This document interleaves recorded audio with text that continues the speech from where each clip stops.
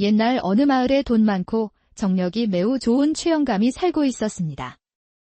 최영감은 날마다 술에 취해 기생들과 어울려 지냈고 마음에 드는 기생이 있으면 첩으로 들여 집에서도 정력을 과시하며 살았지요. 하지만 그에게는 딱 한 가지, 술만 마시면 인사불성이 되어 아무데서나 옷을 훌러덩 벗고 자는 버릇이 있었습니다. 그날도 과하게 마신 술 때문에 인사불성이 된 최영감은 집 근처까지는 왔지만 집으로 들어간다는 것이 그만 외양간으로 들어가고 말았습니다.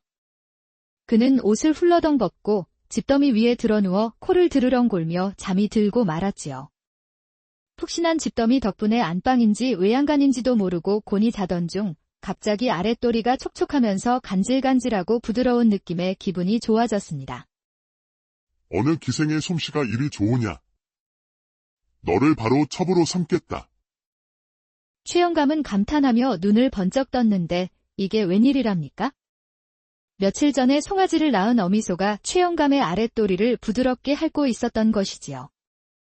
나 살려라. 깜짝 놀란 최영감은 정신이 혼미하여 벌떡 일어나 누가 볼세라 허둥지둥 집 안으로 들어갔습니다.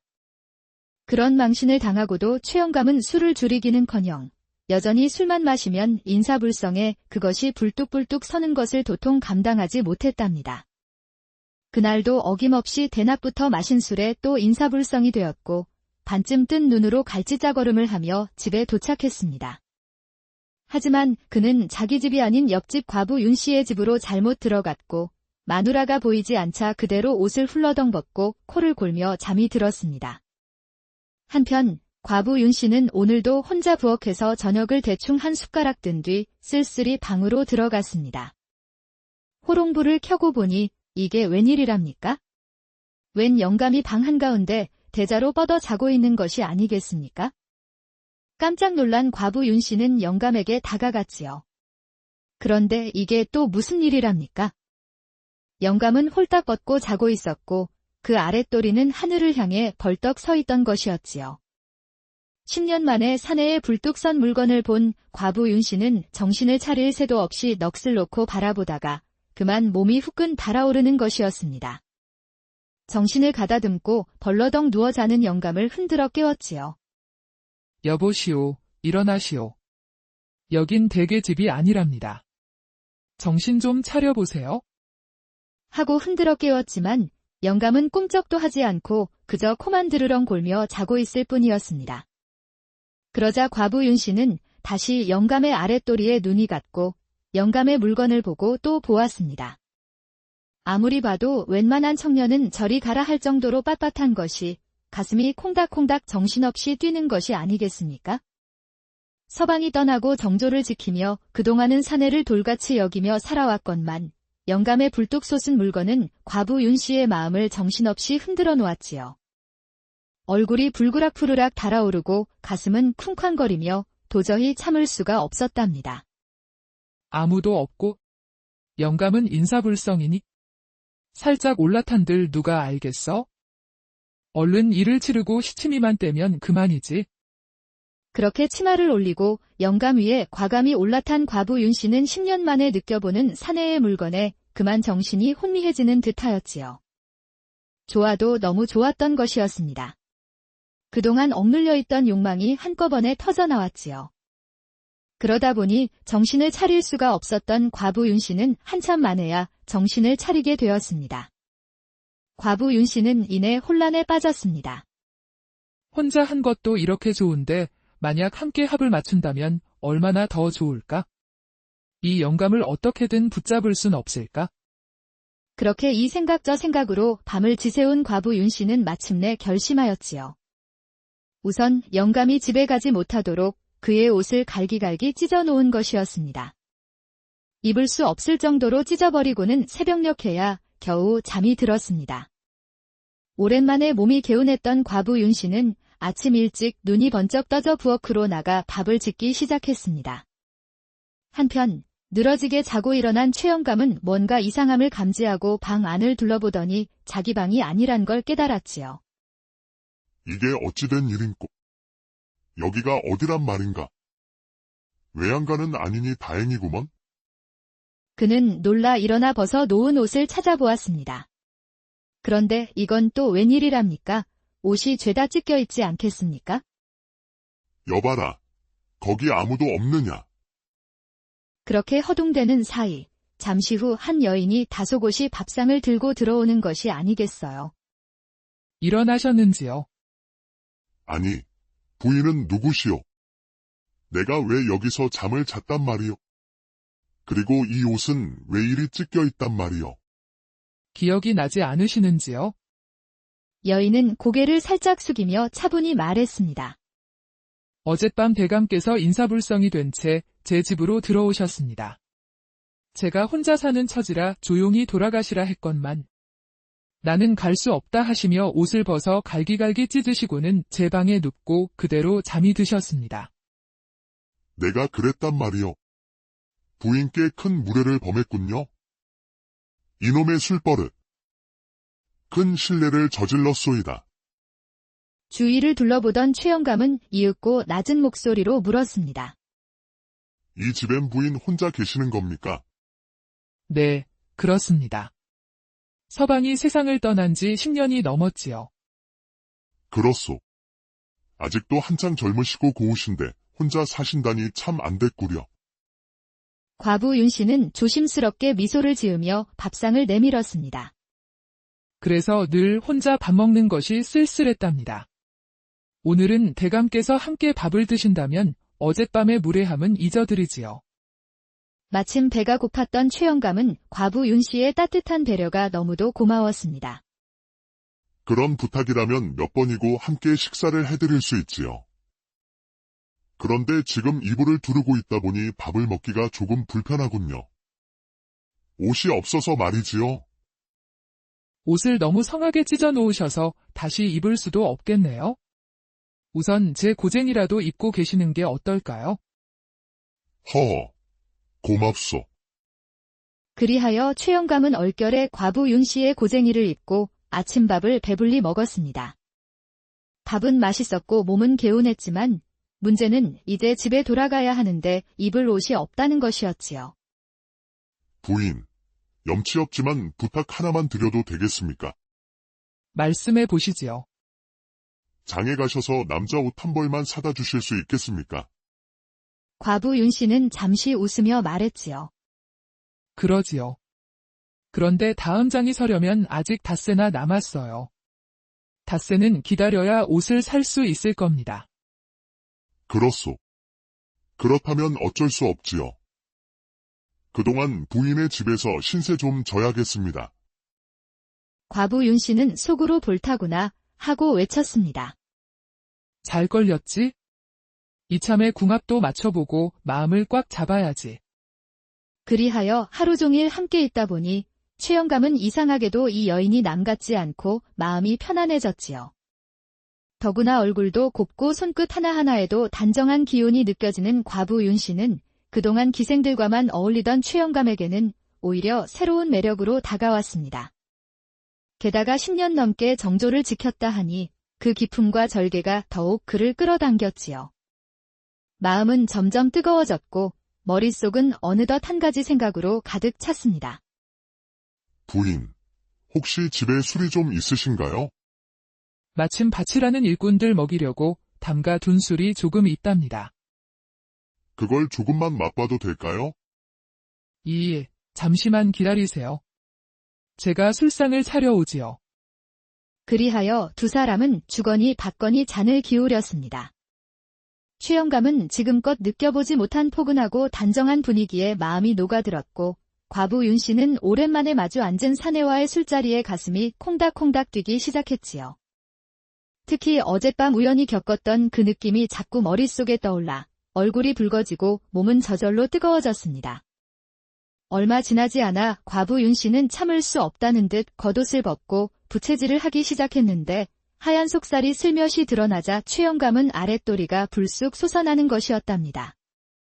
그 순간 참을 수 없던 최영감은 과부 윤 씨를 번쩍 들어 올려 이불 위에 눕혔습니다. 심장이 콩닥콩닥 뛰고 몸이 달아오르고 있던 차에 최영감이 과부의 온몸을 구석구석 만져주자 과부는 쓰러지듯 소리를 지르며 아랫도리가 축축해져 온몸이 달아올랐답니다. 최영감의 물건이 들락거리자 과부는 어제와는 달리 너무 짜릿한 것이 온몸에 전율이 올라 죽을 것만 같았습니다. 어찌나 단단하던지 처음으로 느껴보는 거대한 물건이었던 것이죠. 과부 윤씨는 정신이 아찔했답니다. 그렇게 뜨겁게 열정을 불태운 두 사람은 너무 만족한 나머지 최영감이 말하였지요. 내 그동안 수많은 여인을 만나봤지만 부인처럼 이렇게 잘 맞는 이는 처음이요. 과부 윤씨는 얼굴을 붉히며 웃었습니다. 그렇습니까? 그런데 영감님, 아랫도리가 참으로 단단하십니다. 무슨 비결이라도 있으신가요? 어릴 적 몸이 허약해 부모님이 날 위해 매일 미꾸라지를 고아 먹이셨다오. 20살까지 매일 먹이셨다니 그 정성이 대단하셨지요. 그 덕분인지 남들보다 기운이 세고 오줌발도 남달랐다오. 결국엔 이렇게 힘이 남다르게 된 게지요. 그 미꾸라지 참 약효가 대단하네요. 짱짱함이 보통이 아니시니. 그리하여 닷새 동안 밤낮을 가리지 않고 뜨거운 열정을 불태운 두 사람은 잊을 수 없는 황홀한 시간을 가지게 되었답니다. 그러나 시간이란 참 야속한 것. 닷새가 후딱 지나가고 최영감이 돌아갈 시간이 되었답니다. 과부는 최영감을 보내기 싫었습니다. 하지만 이번엔 별다른 구실을 만들 수가 없었죠. 최영감은 별다른 약속도 없이 그렇게 가버리고 말았던 것이죠.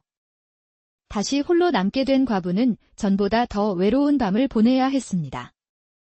바람이 창을 스치기만 해도 최영감의 숨결이 떠오르고 조용한 방 안에서 자꾸만 그 따뜻했던 체온과 속삭임이 아른거려 도무지 잠을 이룰 수 없었지요. 모를 땐 그럭저럭 살만했는데 이제 알고 나니 더는 혼자 살 수가 없구나. 과부 윤씨는 밤새 뒤척이며 생각에 잠겼습니다. 어떻게 해야 최영감을 다시 만날 수 있을까? 어떻게든 다시 붙잡고 곁에 둘 수는 없을까? 그리하여 과부 윤씨는 결국 최영감의 집을 수소문해 찾아갔습니다. 대문 앞 담벼락 그늘에 몸을 숨기고 한나절을 서성이며 기다렸지만 영감의 모습은 보이지 않았습니다. 저녁 무렵까지 자리를 지켰고 마침내 어스름 속에서 골목 끝을 어슬렁거리며 걸어오는 한 사내가 눈에 들어왔습니다. 바로 곤드레만들의 취기가 오른 최영감이었습니다. 과부 윤씨는 그 모습을 확인하자마자 누가 볼세라 재빨리 그의 팔을 붙잡고 근처 골목 안으로 조용히 끌고 들어갔습니다. 아니, 이게 누구신가? 윤씨 부인 아니시오? 대감, 그리 가시고 한 번도 발길을 안 하시니 소첩이 이리 나설 수밖에 없었습니다. 허, 내가 다시 간다고는 안 했지요. 그럼 그동안 만난 여인 중에 제일 좋았다는 말은 거짓이었단 말인가요? 아니요. 제일 좋았지요. 그런데 어찌 한 번도 찾지 않으셨는지요? 과부 집을 드나들다간 소문이 퍼져 강상의 법도를 어겼다는 비난을 받을까 싶어 내 마음 꾹 참고 있었소. 과부 윤씨는 그 말에 쓸쓸한 웃음을 지으며 마지막으로 말했습니다. 그랬군요. 그럼 내일 한 번만 제 집에 와주실 수 없겠습니까? 내일 제 생일인데 혼자 밥을 먹는 것이 너무 외로워서요. 최영감은 순간 당황한 듯 머뭇거리더니 이내 술기운에 덥석 고개를 끄덕였습니다. 그래요. 알겠소. 내일 부인의 집으로 가겠소이다. 다음날 아침 최영감은 한껏 깔끔하게 차려입고 윤씨 부인의 집으로 길을 나섰습니다. 시장에 잠시 들러 과일과 간단한 생일 선물을 준비하니 한결 마음이 편해졌지요. 아이고, 대감님. 정말 오셨군요. 어서 들어오세요. 방 안에는 상이 이미 차려져 있었고 두 사람은 어색한 분위기 속에서 술잔을 나누었습니다. 잔이 몇 번 오가자 두 사람 사이의 거리도 점차 가까워졌습니다. 그런데 갑자기 과부 윤씨가 눈물을 흘리는 것이었어요. 부인, 이렇게 좋은 날 우시다니요. 무슨 일입니까? 감동이라도 하신 겁니까? 네, 대감. 감동의 눈물입니다. 제 생일이라고 이렇게 대감님과 함께 밥을 먹고 술까지 마시니 더할 나위 없이 행복해서요. 아, 그렇다면 더 행복한 시간을 만들어 드려야겠군요. 하더니 최영감은 과부 윤씨를 번쩍 안아 이불 위에 눕히는 것이었지요. 능숙한 솜씨로 저고리를 벗기고 두 사람은 또다시 뜨겁고 뜨거운 시간을 보내게 되었답니다. 과부 윤씨는 너무 좋아 죽을 것만 같았습니다. 최영감의 단단한 것이 들락거리는 순간 황홀하여 지옥과 천당을 오가는 듯한 기분에 휩싸였지요. 그러다 보니 과부 윤씨는 이런 행복을 계속 느끼며 살고 싶다는 욕심이 생기게 되었습니다. 대감처럼 이렇게 힘이 좋은 분이 또 있을까요? 그동안 여인들이 대감 맛을 보면 안 떨어졌을 텐데 그 많은 여인을 어떻게 감당하셨습니까? 그거야 여인들이 나랑 한번 자고 나면 좋아 죽었다오. 그래서 첩을 열어드렸지만 다 쫓겨나갔지. 웬일인지 다들 집에 있는 머슴들과 놀아나다가 결국 쫓겨났지 뭐요. 아니, 대감을 두고 머슴들과 놀아났다고요? 세상에나. 소첩은 믿기지 않습니다. 아니요. 그동안 첩실로 많이 들어왔는데 한 명도 남아있지 않다오. 그랬군요. 저도 대감과 떨어지기 싫습니다. 매일 이렇게 황홀한 밤을 보내고 싶은데 저를 소실로 들여주세요. 이제는 대감 없이는 못 살겠어요. 이 허벅지 좀 보세요. 대감을 기다리느라 이렇게 멍이 들었답니다. 과부 윤씨의 애틋한 콧소리에 최영감은 마치 10살은 젊어진 듯한 기분이 들었답니다. 그럽시다. 나도 부인과 궁합이 제일 잘 맞고 즐거우니 우리 집으로 들어갑시다. 다만 지금은 들어갈 수 없고 곧 안사람이 절로 불공을 드리러 갈 테니 그때 들어가면 되겠소. 정말이요? 아, 역시 우리 대감님. 추진력 하나는 끝내준다니까요. 10년 동안 정조를 지킨 것도 대감을 만나기 위해 기다린 시간이었나 봅니다. 호호. 호호, 우리 이 밤이 가기 전에 한 번 더 해야지요. 대감 물건이 죽지를 않으니 이거야 원 좋아 죽겠네. 호호. 그러다 보니 어느덧 최영감의 안방마님이 절로 불공을 드리러 떠나는 날이 다가왔습니다. 영감, 제가 없다고 또 기방 드나들며 흥청망청하지 마시고요. 괜히 술 퍼마시고 아무 데서나 뻗어 자지 말고 몸 관리 잘하고 계세요. 알았소, 부인. 걱정하지 마시고 부인이나 잘 다녀오시오. 안방마님이 불공 드리러 떠나자 최영감은 불이 나게 과부 윤씨 집으로 달려갔습니다. 그리하여 과부 윤씨는 최영감의 별채에 살림을 꾸리게 되었습니다. 하지만 윤씨 부인에겐 중요한 과제가 하나 있었지요. 바로 안방마님이 돌아오기 전에 집안 사람들을 자기 편으로 만드는 것이었답니다. 그동안 이 집에 들였던 첩들마다 쫓겨난 데는 분명 안방마님의 계략이 있을 것으로 생각했던 것이지요. 이 집에서 살아남으려면 먼저 이 집에 있는 사람들을 나의 편으로 만들어야 해. 그게 대감을 붙잡는 유일한 길이야. 윤씨 부인이 가장 먼저 시도한 건 먹을 것으로 사람을 사로잡는 방법이었습니다. 이건 내가 만든 것이니 한번 먹어들 보게나. 그렇게 한 번, 두 번, 하인들의 마음은 조금씩 윤씨 부인에게 열리기 시작했습니다. 윤씨 부인이 잘 살펴보니 이 집에서 제일 오래된 하녀인 복실어멈과 그 딸 복실이가 가장 큰 주도권을 쥐고 있었습니다. 그리하여 윤씨는 먼저 복실어멈의 마음을 사로잡기로 했습니다. 복실어멈, 이거 내가 아끼던 건데 자네도 이런 거 하나쯤 있으면 좋을 것 같아서 말이야. 윤씨가 조심스럽게 내민 것은 값나가는 고운 놀이개였지요. 아이고, 작은 마님. 저희 같은 하인이 이런 값나가는 놀이개가 무엇이 필요하겠습니까?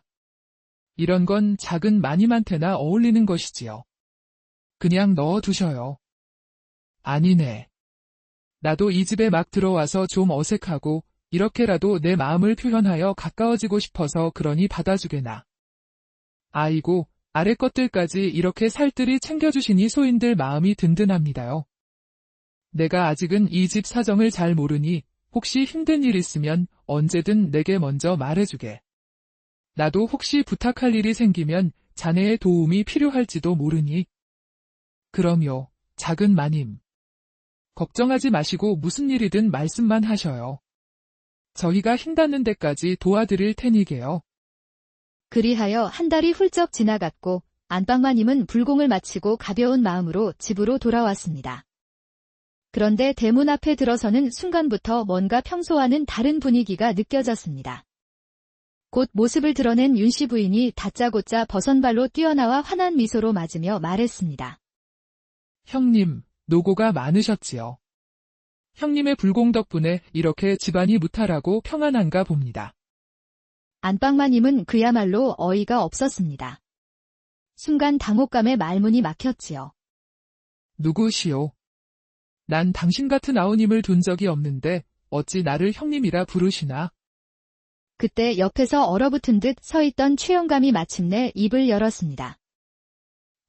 부인. 내 작은 부인을 드렸소. 오래도록 혼자 사는 것이 안쓰러워 소실로 맞아드렸으니 앞으로 형님 아우님 하며 잘 보살펴 주길 바라오. 그 말이 끝나자 안방마님의 얼굴에서 핏기가 싹 가시며 허탈함과 황당함이 한꺼번에 밀려드는 것이었습니다. 잠시 자리를 비운 사이 이게 무슨 날벼락이람. 속으로는 분노와 배신감이 부글부글 끓어올랐지만 하인들이 다 지켜보는 앞에서 감정을 드러낼 수는 없었습니다. 첩시를 들이셨다고요? 안방마님은 간신히 목소리를 낮추어 물었지만 최영감은 미안한 기색조차 없이 그저 무심한 표정이었습니다. 하여튼 몸이 고단하니 들어가 보겠어요. 후에 다시 이야기를 좀 해봅시다. 그렇게 덤덤한 척 돌아서려 했지만 괜히 가슴이 쿵쾅거리고 머릿속은 복잡해지기 시작했지요. 그때 바로 뒤편에서 윤씨 부인의 상냥한 목소리가 들려왔습니다. 형님, 피곤하실 텐데 차 한 잔 준비해 드릴까요? 제가 직접 달인 국화차가 참 맛있거든요. 그 말이 무색하게 안방마님의 마음속엔 우라통이 터져 당장 달려들어 머리채라도 잡고 싶었지만 일단 상황을 파악하기로 했습니다. 됐다. 나중에 마시지. 지금은 좀 쉬고 싶네. 그동안 척들이 들어왔다 나가기를 수차례 반년을 넘기지 못하고 하나같이 쫓겨났던 전례가 있었기에 안방마님은 속으로 다짐했습니다. 그래, 또 할 일이 생겼구먼. 이번에도 곧 쫓겨나게 해주지. 심사가 뒤틀린 안방마님은 결국 수정과를 들고 별채로 향했습니다. 기침을 하려는 순간 이게 웬일입니까? 방 안에서 두 사람의 뜨거운 소리가 들려왔습니다. 초저녁부터 그 짓을 하고 있단 말이지? 저녁상 물린 지 얼마나 됐다고 벌써 불이 붙었단 말이야. 질투가 난 안방마님은 그냥 돌아가지 않고 헛기침을 하였답니다. 자네 방에 있는가? 나 좀 들어감세. 큰 소리에 놀란 두 사람은 허겁지겁 옷을 꿰어 입고 문을 열었습니다. 네, 형님. 들어오시지요. 이 밤에 어인 일이신지요? 내 자네하고 조용히 할 말도 있고 차나 한잔하러 왔네. 그런데 영감도 계셨군. 요즘은 기방에는 안 가시고 작은 댁에 푹 빠지셨구려. 그러면서도 안방마님은 윤씨 부인을 보자 모르는 척하며 꾸짖었습니다. 자네, 아랫사람들이 보면 어쩌려고 옷을 바로 입지도 않고 거꾸로 입었는가? 그랬습니다. 윤씨 부인은 안방마님에게 보란 듯이 일부러 저고리를 뒤집어 입은 것이었지요. 어머, 내 정신 좀 봐요. 저고리를 뒤집어 입었네요. 영감님이 어찌나 정력이 좋으신지 밥 숟가락 놓기 무섭게. 호호, 형님도 아시잖아요. 대감님이 얼마나 힘이 좋으신지요. 제가 그만 정신이 혼미해져서 저고리까지 뒤집어 입고 말았네요. 호호. 안방마님의 속은 그야말로 뒤집히는 기분이었지요. 방해하러 갔다가 오히려 열만 잔뜩 받고 돌아오게 생겼으니 말입니다. 이 여우 같은 년? 참고 또 참던 안방마님은 도저히 더는 참을 수 없었습니다. 그리하여 다음 날 머슴 막돌이를 은밀히 방으로 불러들였지요. 막돌아. 아무래도 안 되겠다. 지난번처럼 또 내 도움이 필요하구나. 마님, 지난번엔 대감마님이 한 번만 용서해 주신다 하여소인 놈 살아남았습니다요. 이번에도 그러다 들키면 소인 놈도 죽음을 면치 못할 것입니다요. 걱정 말 거라. 이번엔 들키면 서둘러 도망가거라. 내가 미리 너를 면천시켜주고 집이며 땅이며 평생 살 수 있을 만큼 챙겨주마. 첩실하고 함께 있다가 들키면 그대로 도망치거라. 그러면 첩실만 쫓겨나고 너는 도망간 걸로 내가 마무리 짓겠다. 막돌이는 안방마님의 제안이 너무나도 달콤하게 느껴졌습니다. 안방마님은 비 오는 날을 틈타 윤씨 부인을 곁에 붙들어 놓고 술을 권하기로 마음먹었습니다. 복실 어멈에게 부침개와 술을 준비하게 한 뒤 일부러 윤씨 부인을 불러들였습니다. 비도 오고 마음도 울적하니 부침개에 술이나 한잔하세. 대낮부터 술 타령이라니 형님답지 않네요. 나다운 게 뭐란 말인가? 나도 비 오는 날엔 가끔 마시곤 하네. 기왕이면 기분 내서 한 잔 받아보시게나. 안방마님이 건네는 술잔을 받은 윤씨 부인은 별다른 의심 없이 가볍게 마셨습니다. 그 사이 안방마님은 잔을 입술에만 대고 슬쩍 치마 아래로 술을 부어버렸습니다. 아이, 비가 오니 술이 술술 들어가는 것이 부침개가 일품이네요. 그러게, 나도 술이 술술 들어가니 기분이 아주 좋구먼. 우리 마음껏 취해보세나. 그렇게 몇 잔을 거듭하자 윤씨 부인의 말투는 어느새 나른해졌고 술 기운이 오르자 더 이상 못 마시겠다며 별채로 들어가 눕고 말았습니다. 안방마님의 입가에는 미소가 번졌답니다. 인연, 너도 오늘이 마지막이구나. 호호. 출타했던 최영감도 돌아왔고 막돌이 역시 예정대로 별채로 향했지요. 이제 최영감이 별채로 들어가기만 하면 끝이었습니다. 그런데 이게 웬일입니까? 최영감의 고함이 온 집안을 뒤흔든 것도 잠시, 막돌이는 계획대로 재빨리 달아났지만 정작 별채에서 나와야 할 윤씨 부인 대신 복실이가 최영감과 함께 나오는 것이 아니겠습니까? 그 순간 안방마님의 얼굴은 당혹감과 황당함으로 굳어졌습니다. 사건의 전말은 이러했습니다. 윤씨 부인은 이미 안방마님의 계략에 대한 소문을 익히 알고 있었지요. 그래서 미리 하인들을 매수해 두었고 복실이와 막돌이는 서로 연정을 나누던 사이였습니다. 막돌이는 안방마님의 계획을 복실이에게 귀띔했고 복실이는 곧장 윤씨 부인에게 이 사실을 고했던 것입니다. 그리하여 집안이 발칵 뒤집히는 소란 속 윤씨 부인은 복실이 방에서 머리를 슬쩍 극적이며 태연하게 모습을 드러냈습니다. 집안에 웬 소란이래요? 술을 많이 마셨더니 소피가 마려워 뒷간에 갔다가 쓰러질 것 같아 복실이 방에서 잠시 쉬다가 나왔지 뭐예요. 작은 마님께서 잠시 소인방에서 쉬시겠다고 하여 저는 작은 마님방에서 잠시 머물고 있었습니다. 결국 안방마님의 거대한 계획이 수포로 돌아가자 분해서 이를 갈았고 윤씨 부인은 여유롭게 최영감의 팔짱을 끼고 살랑살랑 엉덩이 옛날 어느 마을에 돈 많고 정력이 매우 좋은 최영감이 살고 있었습니다. 최영감은 날마다 술에 취해 기생들과 어울려 지냈고 마음에 드는 기생이 있으면 첩으로 들여 집에서도 정력을 과시하며 살았지요. 하지만 그에게는 딱 한 가지, 술만 마시면 인사불성이 되어 아무데서나 옷을 훌러덩 벗고 자는 버릇이 있었습니다. 그날도 과하게 마신 술 때문에 인사불성이 된 최영감은 집 근처까지는 왔지만 집으로 들어간다는 것이 그만 외양간으로 들어가고 말았습니다.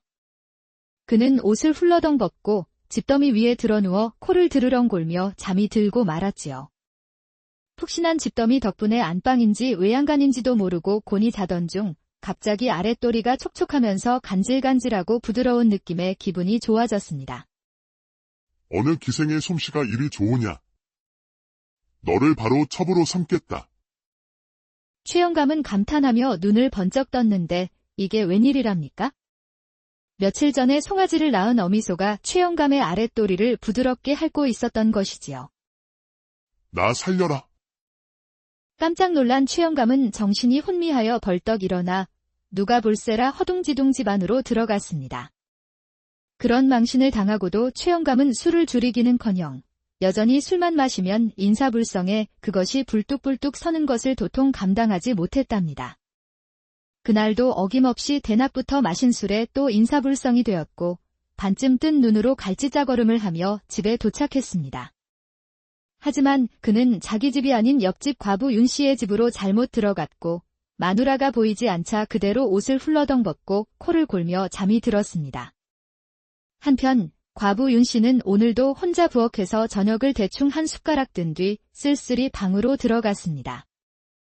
호롱불을 켜고 보니 이게 웬일이랍니까? 웬 영감이 방 한가운데 대자로 뻗어 자고 있는 것이 아니겠습니까? 깜짝 놀란 과부 윤 씨는 영감에게 다가갔지요. 그런데 이게 또 무슨 일이랍니까? 영감은 홀딱 뻗고 자고 있었고 그 아랫도리는 하늘을 향해 벌떡 서 있던 것이었지요. 10년 만에 사내에 불뚝 선 물건을 본 과부 윤 씨는 정신을 차릴 새도 없이 넋을 놓고 바라보다가 그만 몸이 후끈 달아오르는 것이었습니다. 정신을 가다듬고 벌러덩 누워 자는 영감을 흔들어 깨웠지요. 여보시오, 일어나시오. 여긴 댁의 집이 아니랍니다. 정신 좀 차려보세요. 하고 흔들어 깨웠지만 영감은 꿈쩍도 하지 않고 그저 코만 드르렁 골며 자고 있을 뿐이었습니다. 그러자 과부 윤 씨는 다시 영감의 아랫도리에 눈이 갔고 영감의 물건을 보고 또 보았습니다. 아무리 봐도 웬만한 청년은 저리 가라 할 정도로 빳빳한 것이 가슴이 콩닥콩닥 정신없이 뛰는 것이 아니겠습니까? 서방이 떠나고 정조를 지키며 그동안은 사내를 돌같이 여기며 살아왔건만 영감의 불뚝 솟은 물건은 과부 윤 씨의 마음을 정신없이 흔들어 놓았지요. 얼굴이 불그락푸르락 달아오르고 가슴은 쿵쾅거리며 도저히 참을 수가 없었답니다. 아무도 없고 영감은 인사불성이니? 살짝 올라탄들 누가 알겠어? 얼른 일을 치르고 시치미만 떼면 그만이지. 그렇게 치마를 올리고 영감 위에 과감히 올라탄 과부 윤 씨는 10년 만에 느껴보는 사내의 물건에 그만 정신이 혼미해지는 듯하였지요.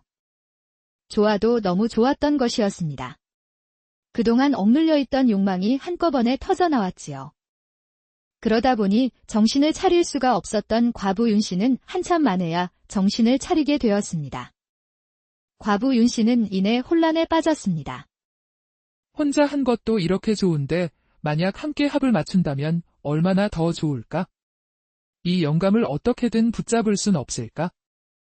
그렇게 이 생각 저 생각으로 밤을 지새운 과부 윤 씨는 마침내 결심하였지요. 우선 영감이 집에 가지 못하도록 그의 옷을 갈기갈기 찢어놓은 것이었습니다. 입을 수 없을 정도로 찢어버리고는 새벽녘에야 겨우 잠이 들었습니다. 오랜만에 몸이 개운했던 과부 윤 씨는 아침 일찍 눈이 번쩍 떠져 부엌으로 나가 밥을 짓기 시작했습니다. 한편 늘어지게 자고 일어난 최영감은 뭔가 이상함을 감지하고 방 안을 둘러보더니 자기 방이 아니란 걸 깨달았지요. 이게 어찌된 일인꼬? 여기가 어디란 말인가? 외양간은 아니니 다행이구먼. 그는 놀라 일어나 벗어 놓은 옷을 찾아보았습니다. 그런데 이건 또 웬일이랍니까? 옷이 죄다 찢겨 있지 않겠습니까? 여봐라, 거기 아무도 없느냐? 그렇게 허둥대는 사이 잠시 후 한 여인이 다소곳이 밥상을 들고 들어오는 것이 아니겠어요. 일어나셨는지요? 아니, 부인은 누구시오? 내가 왜 여기서 잠을 잤단 말이오? 그리고 이 옷은 왜 이리 찢겨 있단 말이오? 기억이 나지 않으시는지요? 여인은 고개를 살짝 숙이며 차분히 말했습니다. 어젯밤 대감께서 인사불성이 된 채 제 집으로 들어오셨습니다. 제가 혼자 사는 처지라 조용히 돌아가시라 했건만 나는 갈 수 없다 하시며 옷을 벗어 갈기갈기 찢으시고는 제 방에 눕고 그대로 잠이 드셨습니다. 내가 그랬단 말이오. 부인께 큰 무례를 범했군요. 이놈의 술버릇. 큰 신뢰를 저질렀소이다. 주위를 둘러보던 최영감은 이윽고 낮은 목소리로 물었습니다. 이 집엔 부인 혼자 계시는 겁니까? 네, 그렇습니다. 서방이 세상을 떠난 지 10년이 넘었지요. 그렇소. 아직도 한창 젊으시고 고우신데 혼자 사신다니 참 안 됐구려. 과부 윤 씨는 조심스럽게 미소를 지으며 밥상을 내밀었습니다. 그래서 늘 혼자 밥 먹는 것이 쓸쓸했답니다. 오늘은 대감께서 함께 밥을 드신다면 어젯밤의 무례함은 잊어드리지요. 마침 배가 고팠던 최영감은 과부 윤 씨의 따뜻한 배려가 너무도 고마웠습니다. 그런 부탁이라면 몇 번이고 함께 식사를 해드릴 수 있지요. 그런데 지금 이불을 두르고 있다 보니 밥을 먹기가 조금 불편하군요. 옷이 없어서 말이지요. 옷을 너무 성하게 찢어 놓으셔서 다시 입을 수도 없겠네요. 우선 제 고쟁이라도 입고 계시는 게 어떨까요? 허허, 고맙소. 그리하여 최영감은 얼결에 과부 윤 씨의 고쟁이를 입고 아침밥을 배불리 먹었습니다. 밥은 맛있었고 몸은 개운했지만 문제는 이제 집에 돌아가야 하는데 입을 옷이 없다는 것이었지요. 부인, 염치 없지만 부탁 하나만 드려도 되겠습니까? 말씀해 보시지요. 장에 가셔서 남자 옷 한 벌만 사다 주실 수 있겠습니까? 과부 윤 씨는 잠시 웃으며 말했지요. 그러지요. 그런데 다음 장이 서려면 아직 닷새나 남았어요. 닷새는 기다려야 옷을 살 수 있을 겁니다. 그렇소. 그렇다면 어쩔 수 없지요. 그동안 부인의 집에서 신세 좀 져야겠습니다. 과부 윤 씨는 속으로 볼타구나 하고 외쳤습니다. 잘 걸렸지? 이참에 궁합도 맞춰보고 마음을 꽉 잡아야지. 그리하여 하루 종일 함께 있다 보니 최영감은 이상하게도 이 여인이 남 같지 않고 마음이 편안해졌지요. 더구나 얼굴도 곱고 손끝 하나하나에도 단정한 기운이 느껴지는 과부 윤 씨는 그동안 기생들과만 어울리던 최영감에게는 오히려 새로운 매력으로 다가왔습니다. 게다가 10년 넘게 정조를 지켰다 하니 그 기품과 절개가 더욱 그를 끌어당겼지요. 마음은 점점 뜨거워졌고 머릿속은 어느덧 한 가지 생각으로 가득 찼습니다. 부인, 혹시 집에 술이 좀 있으신가요? 마침 밭이라는 일꾼들 먹이려고 담가 둔 술이 조금 있답니다. 그걸 조금만 맛봐도 될까요? 잠시만 기다리세요. 제가 술상을 차려오지요. 그리하여 두 사람은 주거니 받거니 잔을 기울였습니다. 최영감은 지금껏 느껴보지 못한 포근하고 단정한 분위기에 마음이 녹아들었고 과부 윤 씨는 오랜만에 마주 앉은 사내와의 술자리에 가슴이 콩닥콩닥 뛰기 시작했지요. 특히 어젯밤 우연히 겪었던 그 느낌이 자꾸 머릿속에 떠올라 얼굴이 붉어지고 몸은 저절로 뜨거워졌습니다. 얼마 지나지 않아 과부 윤 씨는 참을 수 없다는 듯 겉옷을 벗고 부채질을 하기 시작했는데 하얀 속살이 슬며시 드러나자 최영감은 아랫도리가 불쑥 솟아나는 것이었답니다. 그 순간 참을 수 없던 최영감은 과부 윤 씨를 번쩍 들어 올려 이불 위에 눕혔습니다. 심장이 콩닥콩닥 뛰고 몸이 달아오르고 있던 차에 최영감이 과부의 온몸을 구석구석 만져주자 과부는 쓰러지듯 소리를 지르며 아랫도리가 축축해져 온몸이 달아올랐답니다. 최영감의 물건이 들락거리자 과부는 어제와는 달리 너무 짜릿한 것이 온몸에 전율이 올라 죽을 것만 같았습니다. 어찌나 단단하던지 처음으로 느껴보는 거대한 물건이었던 것이죠. 과부 윤 씨는 정신이 아찔했답니다. 그렇게 뜨겁게 열정을 불태운 두 사람은 너무 만족한 나머지 최영감이 말하였지요.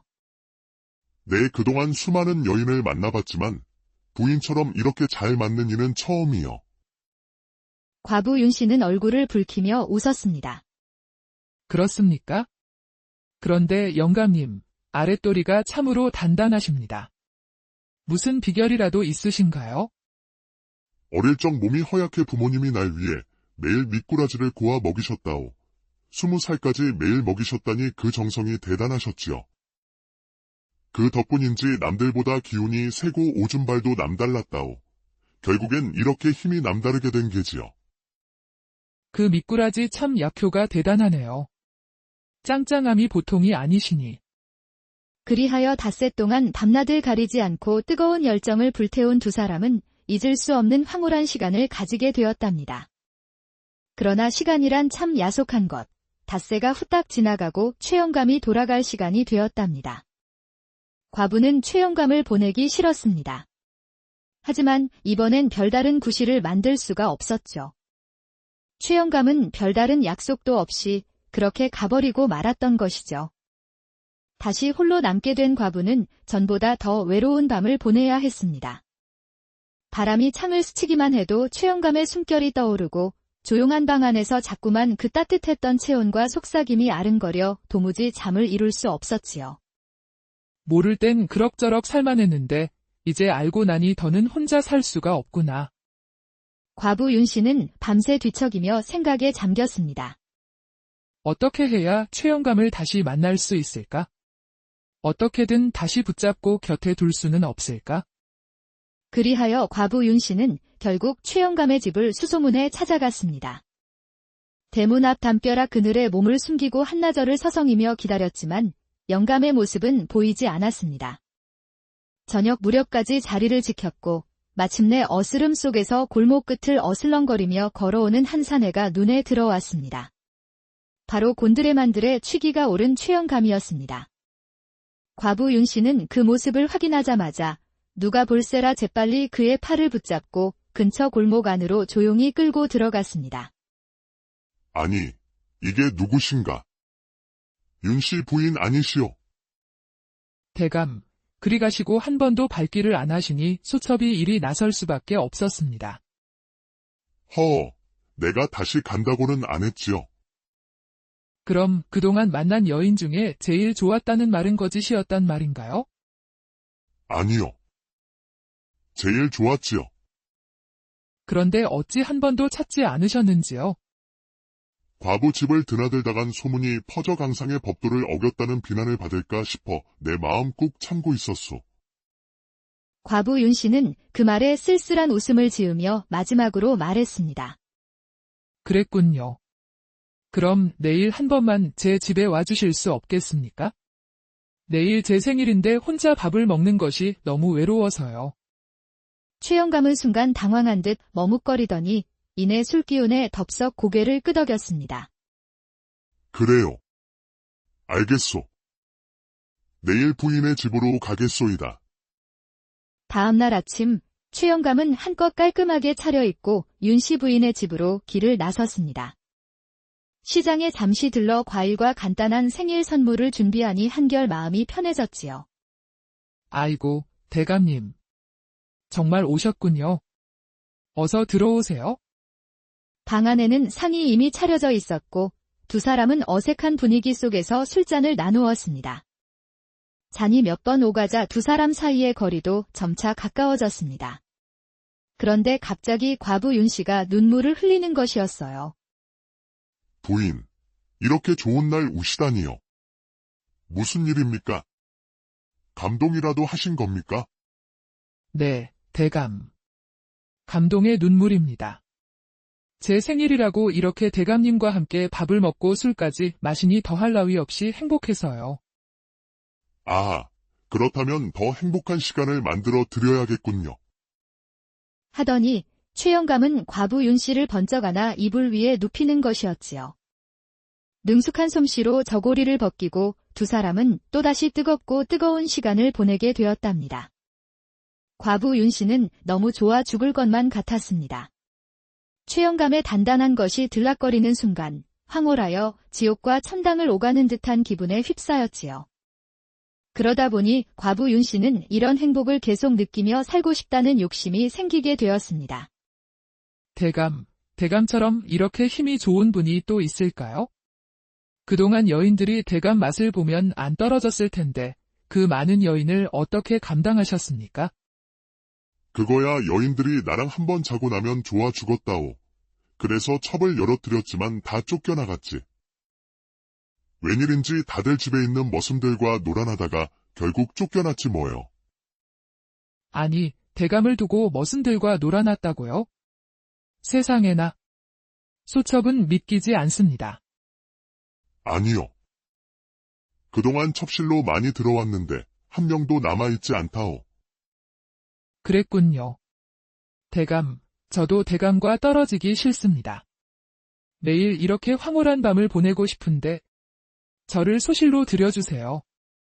이제는 대감 없이는 못 살겠어요. 이 허벅지 좀 보세요. 대감을 기다리느라 이렇게 멍이 들었답니다. 과부 윤 씨의 애틋한 콧소리에 최영감은 마치 10살은 젊어진 듯한 기분이 들었답니다. 그럽시다. 나도 부인과 궁합이 제일 잘 맞고 즐거우니 우리 집으로 들어갑시다.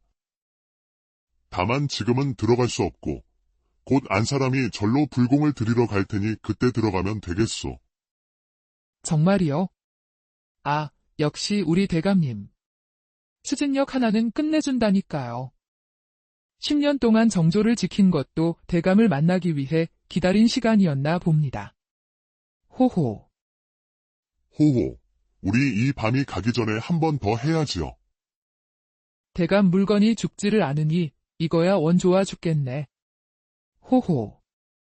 그러다 보니 어느덧 최영감의 안방마님이 절로 불공을 드리러 떠나는 날이 다가왔습니다. 영감, 제가 없다고 또 기방 드나들며 흥청망청하지 마시고요. 괜히 술 퍼마시고 아무 데서나 뻗어 자지 말고 몸 관리 잘하고 계세요. 알았소, 부인. 걱정하지 마시고 부인이나 잘 다녀오시오.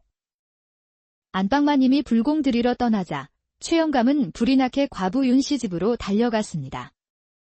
그리하여 과부 윤씨는 최영감의 별채에 살림을 꾸리게 되었습니다. 하지만 윤씨 부인에겐 중요한 과제가 하나 있었지요. 바로 안방마님이 돌아오기 전에 집안 사람들을 자기 편으로 만드는 것이었답니다. 그동안 이 집에 들였던 첩들마다 쫓겨난 데는 분명 안방마님의 계략이 있을 것으로 생각했던 것이지요. 이 집에서 살아남으려면 먼저 이 집에 있는 사람들을 나의 편으로 만들어야 해. 그게 대감을 붙잡는 유일한 길이야. 윤씨 부인이 가장 먼저 시도한 건 먹을 것으로 사람을 사로잡는 방법이었습니다. 이건 내가 만든 것이니 한번 먹어들 보게나. 그렇게 한 번, 두 번, 하인들의 마음은 조금씩 윤씨 부인에게 열리기 시작했습니다. 윤씨 부인이 잘 살펴보니 이 집에서 제일 오래된 하녀인 복실어멈과 그 딸 복실이가 가장 큰 주도권을 쥐고 있었습니다. 그리하여 윤씨는 먼저 복실어멈의 마음을 사로잡기로 했습니다. 복실어멈, 이거 내가 아끼던 건데 자네도 이런 거 하나쯤 있으면 좋을 것 같아서 말이야. 윤씨가 조심스럽게 내민 것은 값나가는 고운 놀이개였지요. 아이고, 작은 마님. 저희 같은 하인이 이런 값나가는 놀이개가 무엇이 필요하겠습니까? 이런 건 작은 마님한테나 어울리는 것이지요. 그냥 넣어두셔요. 아니네. 나도 이 집에 막 들어와서 좀 어색하고 이렇게라도 내 마음을 표현하여 가까워지고 싶어서 그러니 받아주게나. 아이고, 아래 것들까지 이렇게 살뜰히 챙겨주시니 소인들 마음이 든든합니다요. 내가 아직은 이 집 사정을 잘 모르니 혹시 힘든 일 있으면 언제든 내게 먼저 말해주게. 나도 혹시 부탁할 일이 생기면 자네의 도움이 필요할지도 모르니. 그럼요, 작은 마님. 걱정하지 마시고 무슨 일이든 말씀만 하셔요. 저희가 힘닿는 데까지 도와드릴 테니게요. 그리하여 한 달이 훌쩍 지나갔고 안방마님은 불공을 마치고 가벼운 마음으로 집으로 돌아왔습니다. 그런데 대문 앞에 들어서는 순간부터 뭔가 평소와는 다른 분위기가 느껴졌습니다. 곧 모습을 드러낸 윤씨 부인이 다짜고짜 버선발로 뛰어나와 환한 미소로 맞으며 말했습니다. 형님, 노고가 많으셨지요. 형님의 불공 덕분에 이렇게 집안이 무탈하고 평안한가 봅니다. 안방마님은 그야말로 어이가 없었습니다. 순간 당혹감에 말문이 막혔지요. 누구시오? 난 당신 같은 아우님을 둔 적이 없는데 어찌 나를 형님이라 부르시나? 그때 옆에서 얼어붙은 듯 서 있던 최영감이 마침내 입을 열었습니다. 부인. 내 작은 부인을 드렸소. 오래도록 혼자 사는 것이 안쓰러워 소실로 맞아드렸으니 앞으로 형님 아우님 하며 잘 보살펴 주길 바라오. 그 말이 끝나자 안방마님의 얼굴에서 핏기가 싹 가시며 허탈함과 황당함이 한꺼번에 밀려드는 것이었습니다. 잠시 자리를 비운 사이 이게 무슨 날벼락이람. 속으로는 분노와 배신감이 부글부글 끓어올랐지만 하인들이 다 지켜보는 앞에서 감정을 드러낼 수는 없었습니다. 첩씨를 들이셨다고요? 안방마님은 간신히 목소리를 낮추어 물었지만 최영감은 미안한 기색조차 없이 그저 무심한 표정이었습니다. 하여튼 몸이 고단하니 들어가 보겠어요. 후에 다시 이야기를 좀 해봅시다. 그렇게 덤덤한 척 돌아서려 했지만 괜히 가슴이 쿵쾅거리고 머릿속은 복잡해지기 시작했지요. 그때 바로 뒤편에서 윤씨 부인의 상냥한 목소리가 들려왔습니다. 형님, 피곤하실 텐데 차 한 잔 준비해 드릴까요? 제가 직접 달인 국화차가 참 맛있거든요. 그 말이 무색하게 안방마님의 마음속엔 우라통이 터져 당장 달려들어 머리채라도 잡고 싶었지만 일단 상황을 파악하기로 했습니다. 됐다. 나중에 마시지. 지금은 좀 쉬고 싶네.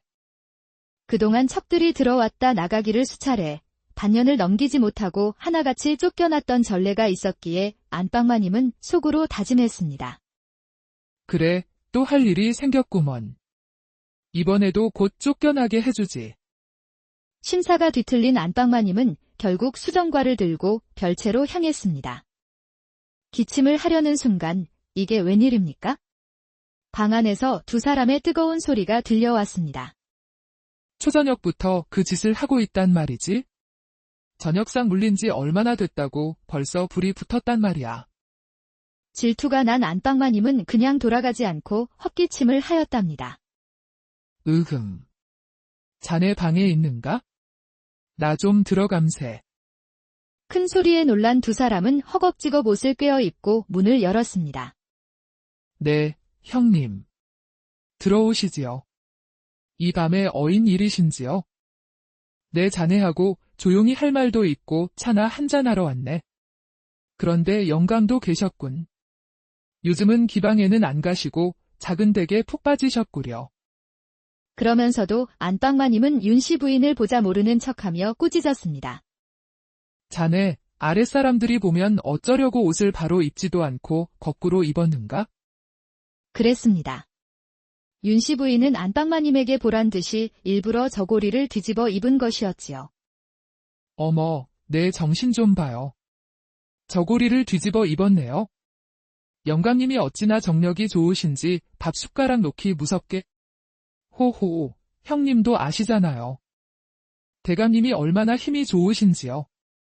제가 그만 정신이 혼미해져서 저고리까지 뒤집어 입고 말았네요. 호호. 안방마님의 속은 그야말로 뒤집히는 기분이었지요. 방해하러 갔다가 오히려 열만 잔뜩 받고 돌아오게 생겼으니 말입니다. 이 여우 같은 년? 참고 또 참던 안방마님은 도저히 더는 참을 수 없었습니다. 그리하여 다음 날 머슴 막돌이를 은밀히 방으로 불러들였지요. 막돌아. 아무래도 안 되겠다. 지난번처럼 또 내 도움이 필요하구나. 마님, 지난번엔 대감마님이 한 번만 용서해 주신다 하여소인 놈 살아남았습니다요. 이번에도 그러다 들키면 소인 놈도 죽음을 면치 못할 것입니다요. 걱정 말 거라. 이번엔 들키면 서둘러 도망가거라. 내가 미리 너를 면천시켜주고 집이며 땅이며 평생 살 수 있을 만큼 챙겨주마. 첩실하고 함께 있다가 들키면 그대로 도망치거라. 그러면 첩실만 쫓겨나고 너는 도망간 걸로 내가 마무리 짓겠다. 막돌이는 안방마님의 제안이 너무나도 달콤하게 느껴졌습니다. 안방마님은 비 오는 날을 틈타 윤씨 부인을 곁에 붙들어 놓고 술을 권하기로 마음먹었습니다. 복실 어멈에게 부침개와 술을 준비하게 한 뒤 일부러 윤씨 부인을 불러들였습니다. 비도 오고 마음도 울적하니 부침개에 술이나 한잔하세. 대낮부터 술 타령이라니 형님답지 않네요. 나다운 게 뭐란 말인가? 나도 비 오는 날엔 가끔 마시곤 하네. 기왕이면 기분 내서 한 잔 받아보시게나. 안방마님이 건네는 술잔을 받은 윤씨 부인은 별다른 의심 없이 가볍게 마셨습니다. 그 사이 안방마님은 잔을 입술에만 대고 슬쩍 치마 아래로 술을 부어버렸습니다. 아이, 비가 오니 술이 술술 들어가는 것이 부침개가 일품이네요. 그러게, 나도 술이 술술 들어가니 기분이 아주 좋구먼. 우리 마음껏 취해보세나. 그렇게 몇 잔을 거듭하자 윤씨 부인의 말투는 어느새 나른해졌고 술 기운이 오르자 더 이상 못 마시겠다며 별채로 들어가 눕고 말았습니다. 안방마님의 입가에는 미소가 번졌답니다. 인연, 너도 오늘이 마지막이구나. 호호. 출타했던 최영감도 돌아왔고 막돌이 역시 예정대로 별채로 향했지요. 이제 최영감이 별채로 들어가기만 하면 끝이었습니다. 그런데 이게 웬일입니까? 최영감의 고함이 온 집안을 뒤흔든 것도 잠시, 막돌이는 계획대로 재빨리 달아났지만 정작 별채에서 나와야 할 윤씨 부인 대신 복실이가 최영감과 함께 나오는 것이 아니겠습니까? 그 순간 안방마님의 얼굴은 당혹감과 황당함으로 굳어졌습니다. 사건의 전말은 이러했습니다. 윤씨 부인은 이미 안방마님의 계략에 대한 소문을 익히 알고 있었지요. 그래서 미리 하인들을 매수해 두었고 복실이와 막돌이는 서로 연정을 나누던 사이였습니다. 막돌이는 안방마님의 계획을 복실이에게 귀띔했고 복실이는 곧장 윤씨 부인에게 이 사실을 고했던 것입니다. 그리하여 집안이 발칵 뒤집히는 소란 속 윤씨 부인은 복실이 방에서 머리를 슬쩍 극적이며 태연하게 모습을 드러냈습니다. 집안에 웬 소란이래요? 술을 많이 마셨더니 소피가 마려워 뒷간에 갔다가 쓰러질 것 같아 복실이 방에서 잠시 쉬다가 나왔지 뭐예요. 작은 마님께서 잠시 소인방에서 쉬시겠다고 하여 저는 작은 마님방에서 잠시 머물고 있었습니다. 결국 안방마님의 거대한 계획이 수포로 돌아가자 분해서 이를 갈았고 윤씨 부인은 여유롭게 최영감의 팔짱을 끼고 살랑살랑 엉덩이 옛날 어느 마을에 돈 많고 정력이 매우 좋은 최영감이 살고 있었습니다. 최영감은 날마다 술에 취해 기생들과 어울려 지냈고 마음에 드는 기생이 있으면 첩으로 들여 집에서도 정력을 과시하며 살았지요. 하지만 그에게는 딱 한 가지, 술만 마시면 인사불성이 되어 아무데서나 옷을 훌러덩 벗고 자는 버릇이 있었습니다. 그날도 과하게 마신 술 때문에 인사불성이 된 최영감은 집 근처까지는 왔지만 집으로 들어간다는 것이 그만 외양간으로 들어가고 말았습니다. 그는 옷을 훌러덩 벗고 집더미 위에 드러누워 코를 드르렁 골며 잠이 들고 말았지요. 푹신한 집더미 덕분에 안방인지 외양간인지도 모르고 곤히 자던 중 갑자기 아랫도리가 촉촉하면서 간질간질하고 부드러운 느낌에 기분이 좋아졌습니다. 어느 기생의 솜씨가 이리 좋으냐? 너를 바로 첩으로 삼겠다. 최영감은 감탄하며 눈을 번쩍 떴는데 이게 웬일이랍니까? 며칠 전에 송아지를 낳은 어미소가 최영감의 아랫도리를 부드럽게 핥고 있었던 것이지요. 나 살려라. 깜짝 놀란 최영감은 정신이 혼미하여 벌떡 일어나 누가 볼세라 허둥지둥 집 안으로 들어갔습니다. 그런 망신을 당하고도 최영감은 술을 줄이기는커녕 여전히 술만 마시면 인사불성에 그것이 불뚝불뚝 서는 것을 도통 감당하지 못했답니다. 그날도 어김없이 대낮부터 마신 술에 또 인사불성이 되었고 반쯤 뜬 눈으로 갈치자걸음을 하며 집에 도착했습니다. 하지만 그는 자기 집이 아닌 옆집 과부 윤씨의 집으로 잘못 들어갔고 마누라가 보이지 않자 그대로 옷을 훌러덩 벗고 코를 골며 잠이 들었습니다.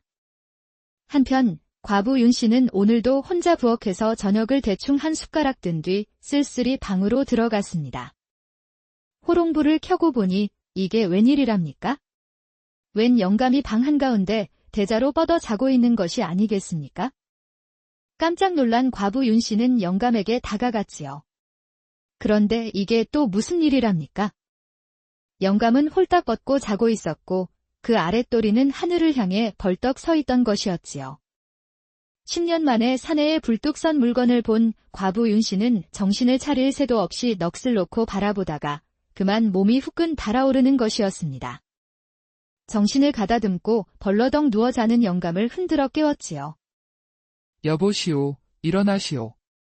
여긴 댁의 집이 아니랍니다. 정신 좀 차려보세요. 하고 흔들어 깨웠지만 영감은 꿈쩍도 하지 않고 그저 코만 드르렁 골며 자고 있을 뿐이었습니다.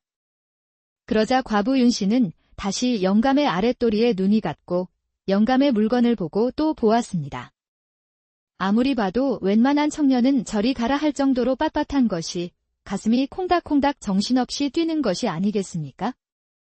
서방이 떠나고 정조를 지키며 그동안은 사내를 돌같이 여기며 살아왔건만 영감의 불뚝 솟은 물건은 과부 윤씨의 마음을 정신없이 흔들어 놓았지요.